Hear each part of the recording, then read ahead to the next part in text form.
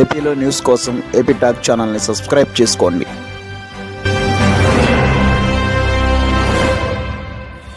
గంజాయి విషయంలో కఠినంగా వ్యవహరించమని మంగళగిరి నియోజకవర్గంలో పోలీసు సిబ్బందికి నేను ఆదేశాలు జారీ చేశాను.